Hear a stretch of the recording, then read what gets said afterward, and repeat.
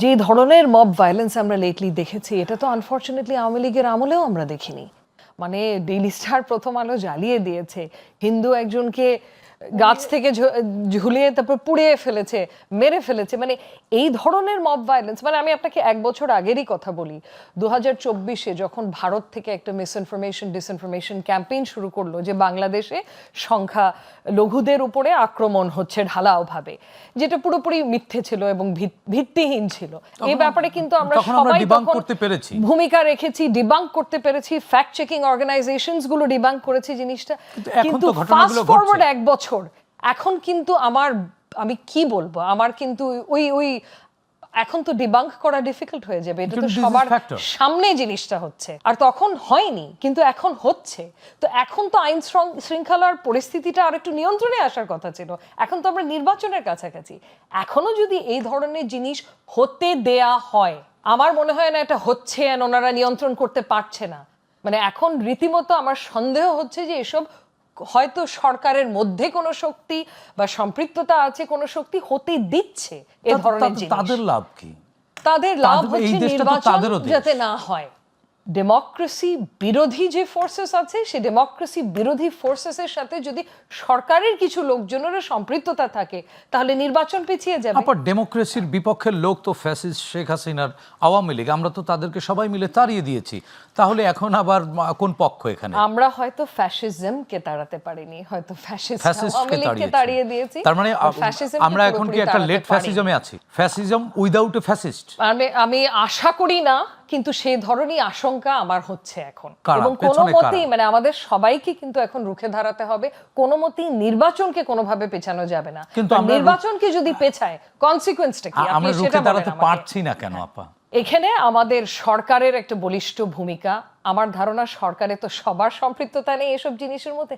তারা যদি তাদের দায়িত্বটা একটু সঠিকভাবে পালন করেন, তাহলে কিন্তু কিছু দূর হলেও এটা কন্ট্রোল করতে পারবো আমরা। আর আমরা তো আছি, আমরা তো সব জায়গায় এটা নিয়ে কথাবার্তা বলছি। আমাদের যা বলার বলে যাচ্ছি, পাপিয়া আপারা বলে যাচ্ছে, ওনারা তো রাজপথে লড়ে এসেছেন এবং লড়ে যাচ্ছে, এবং আমি আশা করছি যে আমরা নির্বাচন একটা দেখতে পারবো। আমার সবচেয়ে বড় আশঙ্কা হচ্ছে, মানে আমরা আশা করছি কেন এখনো? আপা, আপনি আশা করছেন কেন? বিশ্বাস করতে পারছেন না কেন? কারণ পায়ে তারা তো হয়েই যাচ্ছে। এই মব ভায়োলেন্সটা তো খুব বেশি দিন আগের কথা না, এটা তো আর প্রতিদিনই তো শুনতে পাচ্ছি, গুলি করে হত্যা, গুলি করে একে মারা হচ্ছে। আপনি কি কথা বলতে ভয় পাচ্ছেন? আপনি কি নির্ভয়ে কথা বলতে পারছেন না? পুরোপুরি যে নির্ভয়ে কথা বলতে পারছি তা না, কথাটা সত্যি না, কিন্তু কিছু দূর হলেও চেষ্টা করছি। কারণ এখন যদি নির্ভয়ে কথা না বলতে পারি, তাহলে হয়তো আমরা সবকিছু হারিয়ে ফেলবো। বাধা আছে, কিছু বাধা তো আছে, সেন্সর করতে হচ্ছে। সেন্সর আমি চেষ্টা করি না করার, কিন্তু সেন্সর করার একটা প্রেশার তো থাকে অনেক দিক থেকে, আপনি তো বুঝতেই পারছেন জিনিসগুলো। কিন্তু এগেন সেই কথা ভেবে যদি আমরা কাজ করি, তাহলে তো সবার চুপ করে বসে থাকতে হবে। আপনিও আপনার কাজ করতে পারবেন না, আমিও আমার কাজ করতে পারবো না। সো বেশি দূর, মানে প্লাস অনলাইন হ্যারাসমেন্টের কথা তো আমি বাদই দিলাম, ওটা তো সবারই। অনলাইন আইসিটি অ্যাক্ট আছে, আইসিটি অ্যাক্ট শুধু অপরাধীদেরকে ধরা না, সাধারণ মানুষকে তো প্রোটেকশনের দায়িত্ব এই আইনের মধ্যে আছে। আপনি একজন আইনজীবী, আইনজ্ঞ, তো আমরা প্রোটেকশন কেন পাই না?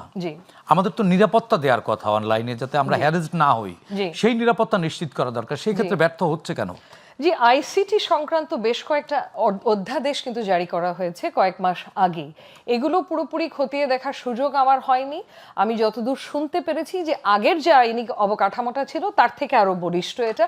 কিন্তু হ্যাভিং সেড দ্যাট, এই অনলাইন হ্যারাসমেন্ট, বিশেষ করে যারা ধরেন নারী নেত্রীরা রাজনৈতিক দলের, বা যারা পলিটিক্যাল অ্যাক্টিভিস্ট, বা ধরেন যারা জনস্বার্থমূলক মামলা করে, আমার মতো আইনজীবী, আমরা কিন্তু অহরহ প্রতিনিয়ত ফেস করছি, বিশেষ করে কিছু দলের বট বাহিনীর আক্রমণ ডেইলি বেসিসে আমার যেটা ফেস করতে হচ্ছে। আর একটু প্রশ্ন করি, সেটি হচ্ছে আইন তো হচ্ছে জনগণকে সুরক্ষা দেওয়ার জন্য, তাহলে সুরক্ষা কি পাচ্ছেন? আপনি একজন আইনজীবী, একজন ব্যারিস্টার, আপনি যদি আইনজীবী হয়ে আপনি ভীতু থাকেন, তাহলে সাধারণ মানুষ যাবেটা কোথায়? আইনজীবী হয়ে ভীতু যে থাকছি তা না, কারণ আক্রমণ কিছুটা আত্মসম্মান নিয়ে ভয় থাকতে হয়। সেই ধরনের চামড়া অনেক আগেই মোটা হয়ে গেছে। আত্মসম্মানের ভয়টা হয়তো চলে গেছে, কারণ আমার আত্মসম্মান তো বটবাহিনীর হাতে না যে তারা কিছু বললেই আমার সম্মান চলে যাবে। কিন্তু আইন যেটা আছে, আইনের প্রয়োগটা কিন্তু এখনো হচ্ছে না। এটা খুব সহজ বিষয়ও না। সাইবার হ্যারাসমেন্টটা কন্টেইন করা খুব সহজ বিষয় না তাহলে আইন কোনো করলাম রাষ্ট্রের কেন জন্য, আমরা? কিন্তু আইন শৃঙ্খলাটা নিয়ন্ত্রণ করা এই অন্তর্বর্তীকালীন সরকারের প্রথম দায়িত্ব হওয়ার কথা ছিল, যেটা ওনারা করতে পুরোপুরি ব্যর্থ।